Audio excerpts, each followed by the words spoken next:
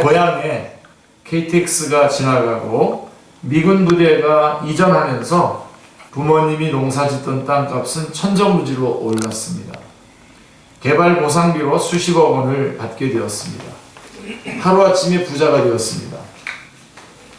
이때부터 형제들 간의 다툼이 시작되었습니다.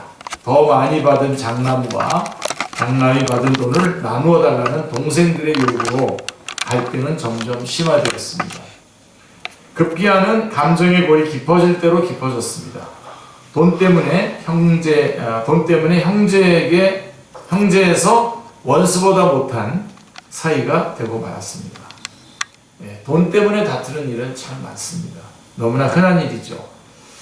안타까운 것은 다투지 말아야 할 형제 자매들이 돈 때문에 다툰다는 것이죠. 한 하나님을 믿고 한 주님을 섬기는 형제들끼리도 돈 때문에 다툰다는 것입니다. 다툼은 심각한 감정적인 상처를 남기고 서로 사랑해야 할 대상을 원수로 만들게 됩니다. 나나 너나 내 목자나 내 목자나 서로 다투게 하지 말자. 쉬운 성경에 이렇게 돼 있어요. 너와 나 사이에 다툼이 있어서야 되겠느냐? 우리는 친척이 아니냐라고 하는, 이렇게 좀 더 쉽게 표현되어 있습니다. 그래서 원어를 직역을 하면 왜냐하면 우리는 형제이기 때문이다 라고 이렇게 되어 있습니다. 하늘에 맺어진 관계, 뗄래야 뗄 수 없는 관계, 소중한 관계라고 하는 의미입니다. 자, 그렇다면 친족인 아브라함과 롯은 왜 다툴 위기에 처하게 되었을까요? 아브라함은 다툼의 문제를 어떻게 해결했을까요? 하나님을 믿는 우리는 어떻게 하면 형제끼리 다투지 않을 수 있을까요? 오늘 본문에서, 우리가 지금 읽은 본문에서 이러한 질문들에 대한 대답을 찾아보고자 합니다. 자, 가뭄을 피해서 애굽으로 내려갔던 아브라함은 아내를 여동생이라고 속였죠. 그래서 아내를 바로에게 빼앗겼습니다. 하나님은 아브라함의 아내를 빼앗은 바로의 집에 큰 재앙을 내리셨죠. 바로는 아브라함에게 아내를 돌려주면서 자기를 속인 그를 책망했습니다. 아브라함은 그의 거의 추방당하다시피 아내와 롯과 함께 애굽을 떠났습니다. 그게 오늘 13장 1절에 애굽에서 떠난 이야기가 이제 나옵니다. 그들은 모든 재산을 가지고 가나안 땅의 남쪽 네게부 지방으로 되돌아갔습니다. 그때 아브라함은 가축과 은과 금이 많은 부자였습니다. 아브라함은 약속의 땅을 떠나 애굽에 가서 살고자 하는 실수를 했지만 하나님은 아브라함의 모든 실수를 만회해 주실 뿐만 아니라 아브라함이 부자가 되게 해주셨습니다.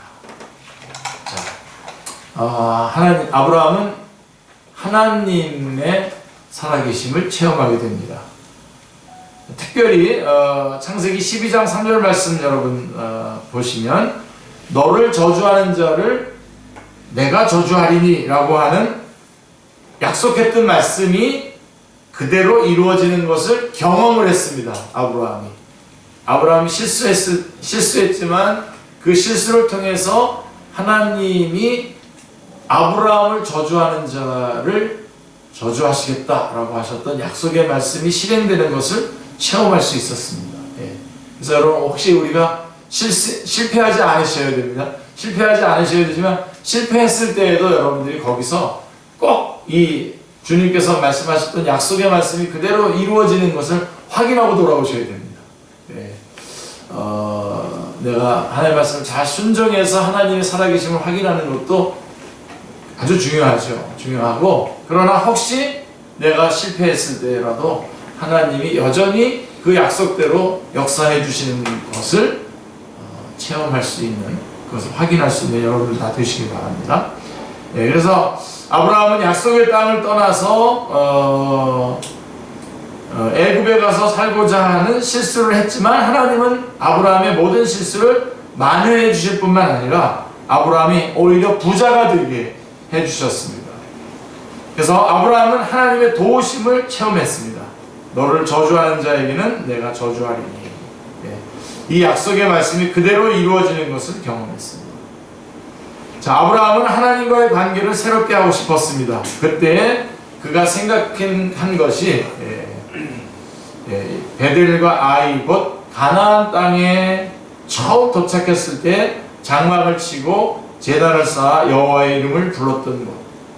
그러니까 애굽 땅에 내려가서 아내도 뺏기고 모든 것이 다 잘못될 뻔했었는데 하나님이 도와주셔서 체험을 하고 많은 재산을 형성해서 다시 가나안 땅에 돌아왔을 때에 그는 자기의 그 혼란스러웠던 그 상황들을 새롭게 정리하고 새롭게 출발하고 싶어서 어디로 갔냐면 처음에 가나안 땅에 도착했을 때에 갔었던 그 땅 베델과 아이 사이에서 하나님 앞에 제단을 쌓고 예배를 드렸던 그곳으로 돌아갔습니다. 다시 말해서 하나님께 예배드리고 영광 돌렸던 하나님과의 깊은 관계에 들어갔었던 그 교제의 장소로 다시 돌아갑니다. 그러니까 짧은 거리가 아니에요.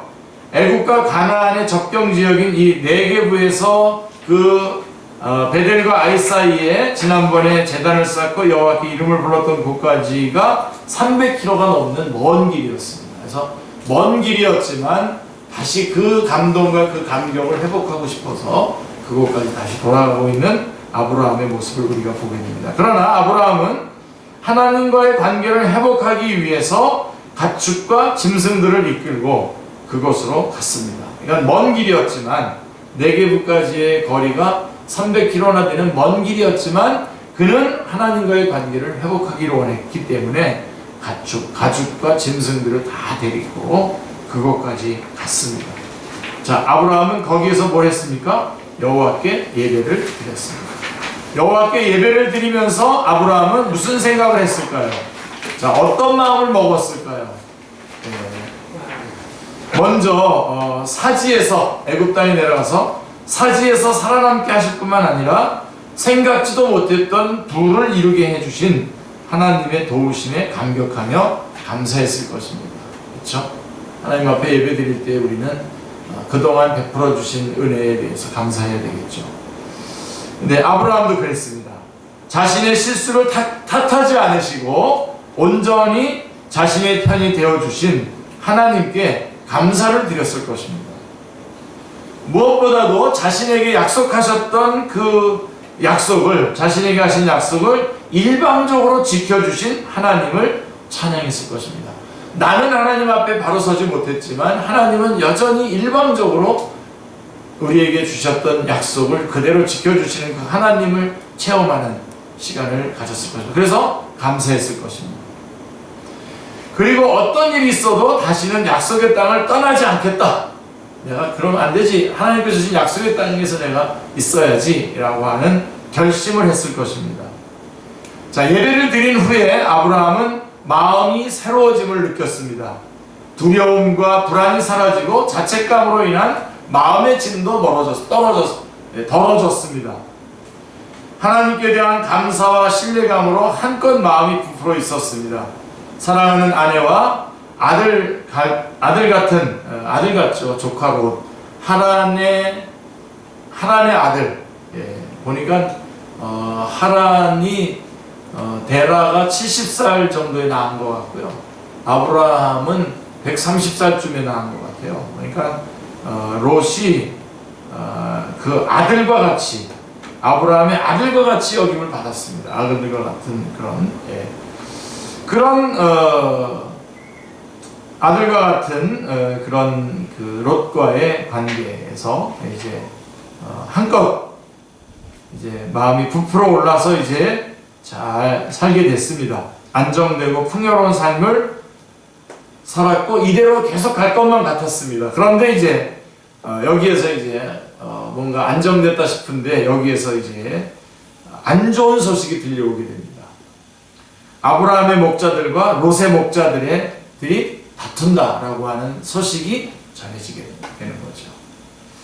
그래서 5절 말씀을 쉬운 성경으로 보면 아브라함과 함께 다니던 롯에게도 양과 소와 장막이 많았다라고 이렇게 말합니다. 그러니까 쉬운 성경이 특별히 롯도 양과 롯에게도 양과 소와 장막이 많았다라고 하는 표현을 해주고 있습니다. 그러니까 롯도 풍족했던 겁니다. 아브라함도 풍족했지만 조카 롯도 풍족했다는 거죠. 아브라함과 롯에게는 가축이 아주 많았기 때문에 두 사람이 함께 살기에는 그 땅이 너무 좁았다는 것입니다. 그게 6절 말씀이에요. 게다가 그 땅에서는 가나안 사람들과 브리스 사람들까지 살고 있었다고 7절은 말씀하고 있습니다. 그러므로 목자들의 다툼은 예견된 것이나 다름이 없었습니다. 제한된 물과 초원은 짐승을 이끌고 유목하는 사람들 사이에 항상 다툼을 유발했기 때문입니다. 자, 아브라함과 함께 다니던 롯에게도 양과 소와 장막이 많았다라고 쉬운 성경은 5절에서 말씀하고 있습니다. 롯이 이렇게 많은 가축을 소유하게 된 것이 아브라함과 함께 다녔기 때문임을 암시해 두고 있는 거죠. 아브라함을 잘 따라다녔더니 롯도 그렇게 많은 양과 소와 장막이 생겼다라고 하는 것을 암시해 주고 있는 것입니다. 하나님은 아브라함을 부자가 되게 하셨고 덩달아서 아브라함과 함께 다니던 롯도 부자가 되었습니다. 만일 하나님께서 아브라함의 가축을 많게 하시지 않았다면 롯의 가축도 많아지지 않았을 것이고, 그러면 아브라함의 목자들과 롯의 목자들 사이에 다툼도 없었을 것입니다. 그러므로 하나님이 주신 부가 두 사람 사이의 다툼의 원인이 되었다라고 하는 것은 아이러니한 것이죠. 더군다나 아브라함은 이 다툼이 자신의 목자들과 롯의 목자들의 다툼으로 끝나지 않을 것을 잘 알고 있었습니다. 결국은 이 싸움이 자신과 롯과의 싸움으로 이어질 수 있다라고 하는 것을 알았던 거죠. 그래서 롯에게 말합니다. 8절에 보시면 같이 한번 읽겠습니다. 아브라함이 롯에게 이르되 우리는 한 친족이라 나나 너나 내 목자나 내 목자나 서로 다투게 하지 말자 라고 말씀하고 있는 것이죠. 그러니까 쉬운 성경으로 보면 아브라함이 롯에게 말했습니다. 너와 나 사이에 다툼이 있어서야 되겠느냐? 내 목자들과 내 목자들 사이에서도 다투는 일이 있어서는 안 된다. 우리는 친척이 아니냐라고 이렇게 말합니다. 그러니까 간단하게 줄여서 말하면 너와 나 사이에 다툼이 있어서야 되겠냐? 너와 나는 우리는 친척이 아니냐라고 하는, 우리는 친척인데 어떻게 싸울 수 있겠냐라고 말씀하고 있는 것입니다.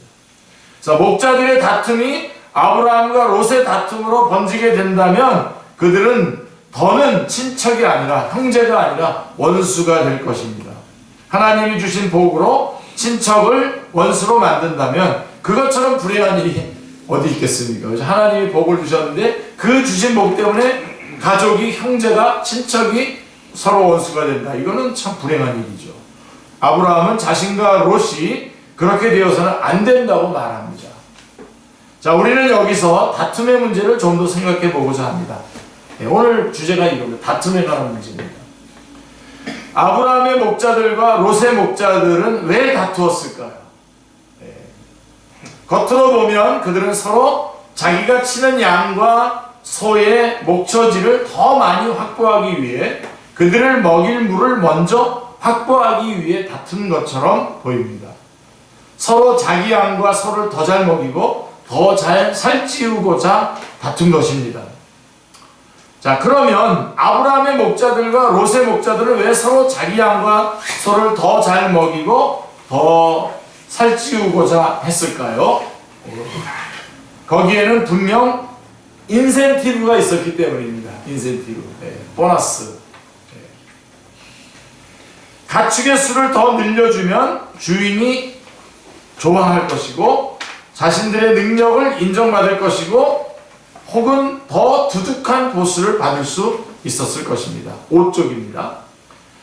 겉으로 보면 서로 양과 소를 좀 더 잘 쳐보려고 다투는 것처럼 보이지만 결국 다툼의 그 이면에는 뿌리 깊은 인간의 탐욕이 도사리고 있었습니다. 그러니까 이 부분을 항상 체킹해서 객관화시켜서 내쫓을 수 있어야 되는데요. 롯의 목자들뿐만 아니라 롯도 이 점에 있어서 자유롭지 못했던 것 같습니다. 그런데 아브라함은 롯에게 말합니다. 너와 나 사이에 다툼이 있어서야 되겠느냐? 우리는 친척이 아니냐? 친척이 아니냐? 예. 이게 아주 굉장히 중요한 말씀입니다. 오늘 너와 나 사이에 다툼이 있어야 되겠느냐? 우리는 친척이 아니냐? 친족이 아니냐? 형제가 아니냐라고 하는 말씀입니다. 아브라함은 자신과 롯의 사이를 언급했어요. 아브라함과 롯 사이를 언급했습니다. 굉장히 중요합니다. 저는 이걸 아주 우리 축제교회 안에서도 그리고 여러분 개인적으로 여러분 각 개인이 가정이 바로 이 사이를 굉장히 중요하게 여겨야 된다고 생각합니다. 이 둘 사이는 어떤 사이입니까? 특별한 사이죠. 특별할 뿐만 아니라 각별한 사이입니다. 아브라함과 롯 사이는 아주 특별할 뿐만 아니라 아주 각별한 사이입니다. 자, 롯의 아버지 곧 아브라함의 형제 하란이 일찍 죽은 후에, 그러니까 하란 그 다음에 세 명의 그 데라의 아들 세 명의 이름이 나오거든요. 데라가 70이 되었을 때에 아브라함을 제일 앞에 썼어요. 그 구속사의 그 구속사로 이어가는 그런 맥락에서 아브라함을 앞섰지만 아브라함이 형이 아니에요. 아브라함과 하란과 또 하나가 누구죠? 기억 안 나십니까? 네. 셋을 이렇게 낳게 되는데 일찍 죽어요. 하란이 일찍 죽고 그 조카, 그 아들인 롯이 이제 아브라함을 따라서 아들과 같이 아브라함을 따라서 애굽 그 하란을 출발했죠. 그 갈대아우르를 출발하고 하란에서 출발을 했는데, 그래서 이제 아버지 역할을 할 정도로 아브라함은 롯의 아버지 역할을 대신해 왔는데 갈대아우르에서 하란에서 가나안으로, 가나안에서 애굽으로, 애굽에서 다시 이곳으로 계속 옮겨 다니는 동안 줄곧 롯을 데리고 다녔습니다. 아들과 같이, 그렇죠? 롯은 아브라함에게 아들과 같은 존재였습니다. 그런데 지금 인간의 탐욕이 이 관계를 파괴시키려고 하고 있습니다. 자, 아브라함은 소유에 대한 탐욕보다 더 소중한 것이 있는데 그것은 너와 나 사이, 곧 친척 관계, 형제 관계라고 말하고 있는 것입니다. 아브라함은 지금 그렇게 보고 있어요. 아주 중요합니다. 소유에 대한 집착과 욕망으로부터 반드시 지켜야 할 것이 있는데 그것이 바로 너와 나 사이의 관계라고 말하고 있습니다. 탐욕이란 소유에 대한 과도한 욕망이죠. 필요한 것 이상으로 더 많은 소유를 원하는 것이 탐욕입니다. 롯은 아브라함과 함께 하면서 많은 소유를 얻었습니다. 그러나 그의 목자들은 그 소유를 더 늘리고자 했던 것입니다. 그들은 더 많은 목젖이 더 많은 물을 확보해서 자신들의 소유만을 늘리고자 했습니다. 소유를 늘리고자 하는 욕망에 사로잡힌 그들에게 아브라함의 목자들은 다툼의 대상이 되어버렸던 것이죠. 그들은 소유를 늘리기 위해 아브라함의 목자들과의 관계, 더 나아가서 아브라함과의 관계도 고려하지 않았습니다. 그래서 다투었습니다. 그런데 현재 롯에게 있어서 소유가 중요합니까? 아니면 아브라함과의 관계가 중요합니까? 소유? 아브라함과의 관계가 더 중요하겠죠. 제3자인 우리들은 그러니까 롯이 현실적으로는 지금 소유에 그런 의미로 대답한 거죠. 현실적으로는 지금 소유에 지금 집중하고 있는 건데 제가 이제 묻는 겁니다. 이것이 진짜 롯에게 있어서 지금 소유가 중요하냐, 아브라함과의 관계가 중요하냐 했을 때 사실은 아브라함과의 관계가 중요한 것이죠. 그리고 좀 더 롯이 좀 머리가 좀 더 지혜로웠다면 아브라함 쫓아다니니까 내가 이렇게 많은 소유가 생겼잖아. 그럼 나는 아브라함을 쫓아다녀야지 계속. 그렇게 생각했어야 했는데 지금 아브라함과의 관계가 깨지면 안 되겠죠. 자, 근데 제3자인 우리들은 이구동성으로 아브라함과의 관계가 중요하다라고 답할 수 있습니다. 왜냐하면 롯은 아브라함과 함께 있기만 하면 하나님의 복을 받아서 자연스럽게 소유가 늘어날 수 있다는 것을 우리는 볼 수 있게, 우리가 지금 이렇게 3자적인 입장에서 보는 거죠. 그러나 당사자인 롯과 롯의 목자들은 조금 전에 우리 이기쁨 집사님 대답했던 것처럼 소유가 지금 더 중요한 거예요. 그래서 그것을 이걸 보고 있지만, 그러니까 관계의 그 뒤에 그 중요한 걸 보지 못하고 지금 당장 눈앞에 있는 소유에다가 딱 집중이 되는 거죠. 탐심은 사람의 눈을 가리고 판단력을 흐리게 만듭니다. 여러분, 이기남 목사님 저 윤리적인 설교 잘 안 하시는데 오늘 윤리적인 설교 하시네. 네, 정말 이거 강조하고 싶습니다. 탐심에 빠지면요 눈이 어두워집니다. 눈이 어두워져요. 그래서 더 중요한 것하고 덜 소중한, 더 소중한 것하고 덜 소중한 것을 판단하지 못하게 됩니다. 여러분, 다 이 말씀 오늘 꼭 붙잡으시기 바랍니다. 재산이 중요합니까? 부모 형제와의 사랑과 우애가 중요합니까? 네, 둘 다 중요합니다. 그렇게 대답할까봐 그러는데 둘 다 중요한데요. 여러분, 어느 게 더 중요합니까? 부모와 형제와의 사랑과 우애가 중요하죠. 자, 하나님의 일을 잘하기 위해서 서로 시기 질투 다투는 것이 좋습니까? 하나님의 일을 중간만 하면서 서로 화목하게 지내는 것이 좋습니까? 네, 저는 그냥 하나님 일 안 하셔도 좋으니까 좀 화목했으면 좋겠어요. 여러분, 답은 정해져 있습니다. 답은 정해져 있어요. 그러나 사람이 탐욕에 사로잡히면 정말 소중한 것이 무엇인지 보지 못하게 됩니다. 자, 우리가 믿음으로 살면요, 하나님께서 반드시 우리의 소유를 책임져 주십니다. 할렐루야. 네. 우리가 믿음으로 살면 우리의 소유는 하나님이 반드시 책임져 주십니다. 우리에게 먹을 것을 주시고 입을 것을 주시고 직장과 집을 주시고 내가 상상도 할 수 없는 것들로 채워주십니다. 그때 우리는 소유 때문에 다투는 어리석은 사람이 되지 않기를 기도합니다. 원합니다. 탐심을 잘 다스려서 더 소중한 것들이 무엇인지를 판단하는 사람들이 되기를 원합니다. 자, 어떤 분은 평생을 바쳐서 교회를 세우고 부흥을 시켰어요. 버스 종점이 있는 서울의 외곽 지역인데 가난한 마을에서 시작해서 수만 명이 모이는 교회를 일구었습니다.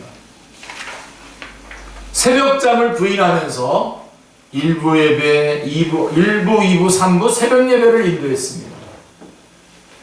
그분의 열정과 헌신을 수많은 사람들이 인정하고 본받고자 했습니다. 사람들의 존경과 사랑을 한 몸에 받았습니다. 어느덧 70이 되어서 은퇴할 나이가 되었습니다. 모든 것을 내려놓고 물러나자니 서운했습니다. 그동안 누렸던 존경과 찬사를 계속 받고 싶은 욕심이 생겼습니다. 교회에 대한 영향력을 계속 유지해서 물질적인 혜택을 여전히 받고 싶은 탐심이 생겼습니다. 탐심이. 그래서 아들을 후임으로 세우는 프로젝트를 진행했습니다. 그 과정은 매우 더럽고 악취를 풍겼습니다. 그 결과 그가 평생을 쌓아왔던 명예는 땅에 떨어져 버렸습니다. 소유로는 도저히 치환될 수 없는, 돈으로는 계산할 수도 없는 명예를 그는 불과 몇 억에, 아니 몇십억에 끝내버렸습니다. 그는 탐심에 사로잡혀서 더 소중한 가치를 보지 못했습니다. 이처럼 그 누구에게도 자유롭지 못한 것이 탐심입니다. 탐심은 죽을 때까지 경계해야 합니다. 아브라함은 더 소중한 것이 무엇인지 보았습니다.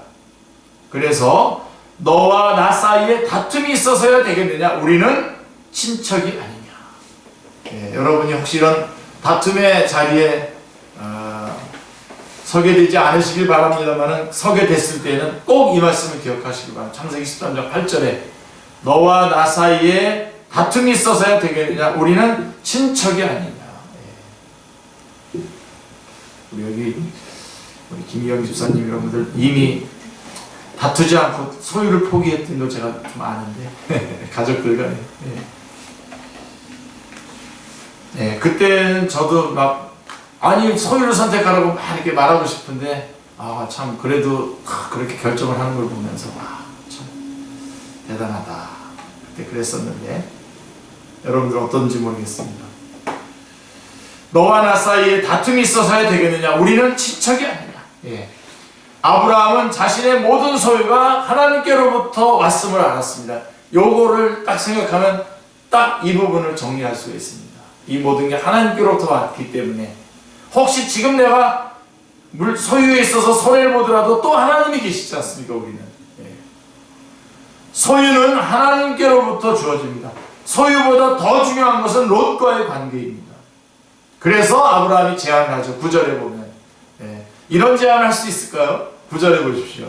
같이요. 내 앞에 온 땅이 있지 아니하냐? 나를 떠나가라. 내가 좌하면 나는 우하고 내가 우하면 나는 좌하리라. 예. 쉬운 성경으로 제가 읽어드릴게요. 모든 땅이 내 앞에 있으니 우리 서로 떨어져 살자.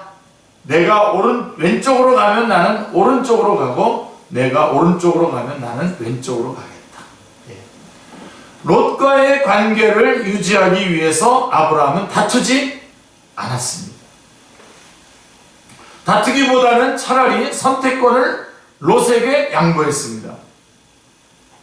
아브라함은 기꺼이 손해를 보고자 했습니다.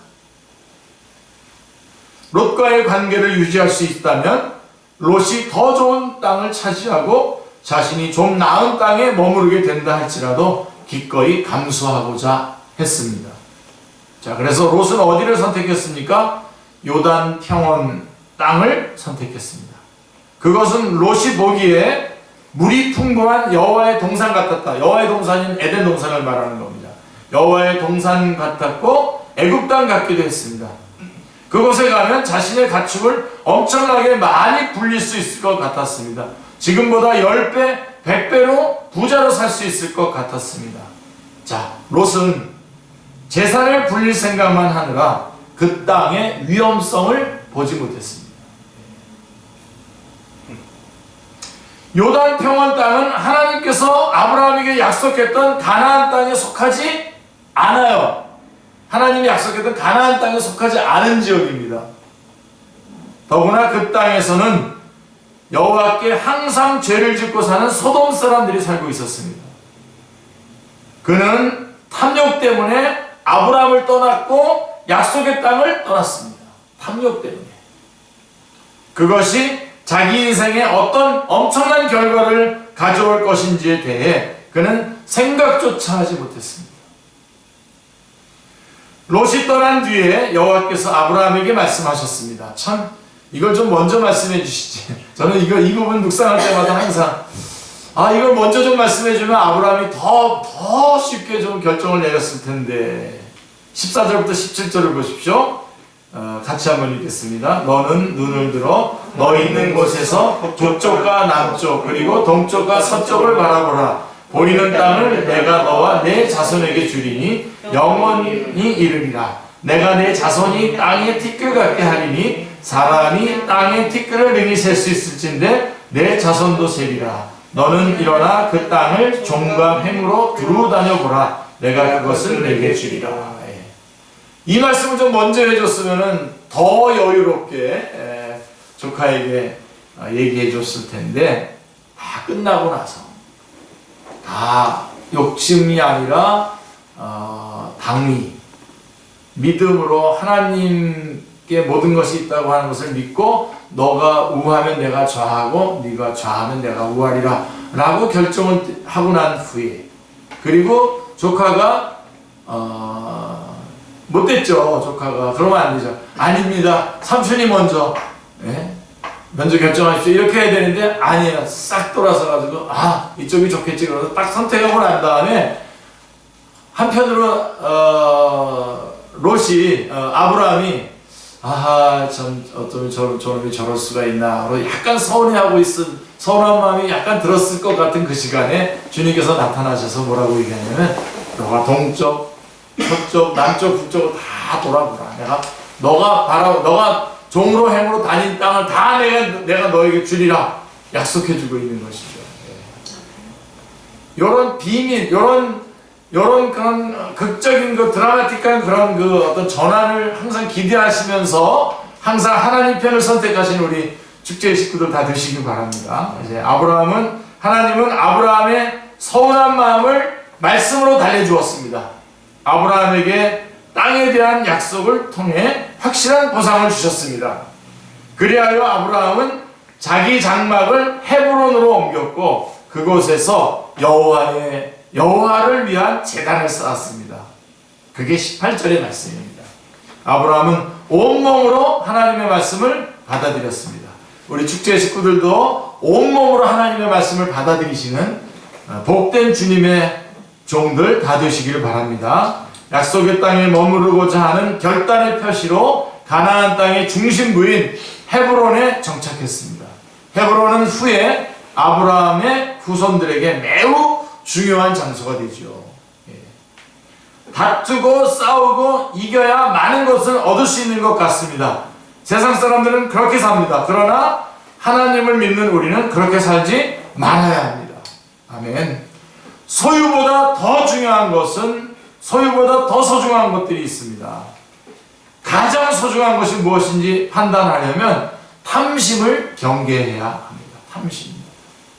소중한 사람들과의 평화를 위해 양보를 하면 하나님께서 갚아주십니다. 하나님께서 갚아주십니다. 평화를 위한 양보는 손해가 아니라 엄청난 투자입니다. 하나님께서 갚아주실 것을 믿고 소중한 사람들과의 평화를 위해 기꺼이 양보할 수 있는 우리 모두가 되게 하시기를 기도합니다. 다투지 맙시다. 우리는 예수 그리스도의 피로 하나 된 형제입니다. 아멘.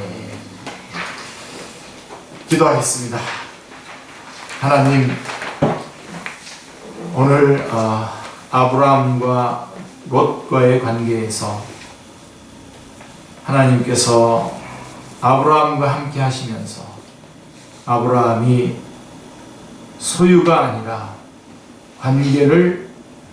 관계의 소중함을 선택할 수 있도록 인도해 주셨사오니 하나님, 저희가 그것을 보고 이제 귀한 것들을 깨닫고 하나님 이제 삶의 현장으로 나아갑니다.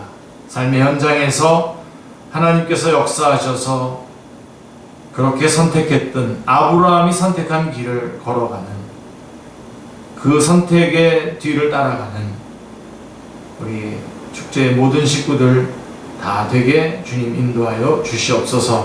하나님, 이 시간에도 주의 복음을 전하기 위해서 수고하는 우리 선교사님들과 선교지 위에 함께하여 주시옵시고, 또 하나님 이 나라와 이 민족 가운데 주님 함께하여 주셔서 하나님 영광을 드러내는 이 나라 이 민족 되게 하여 주시고, 북한 땅 아버지 하나님 더 어려움 당하지 않도록 주님께서 붙잡아 주시고 속히 남과 북이 복음으로 통일될 수 있도록 역사하여 주옵소서.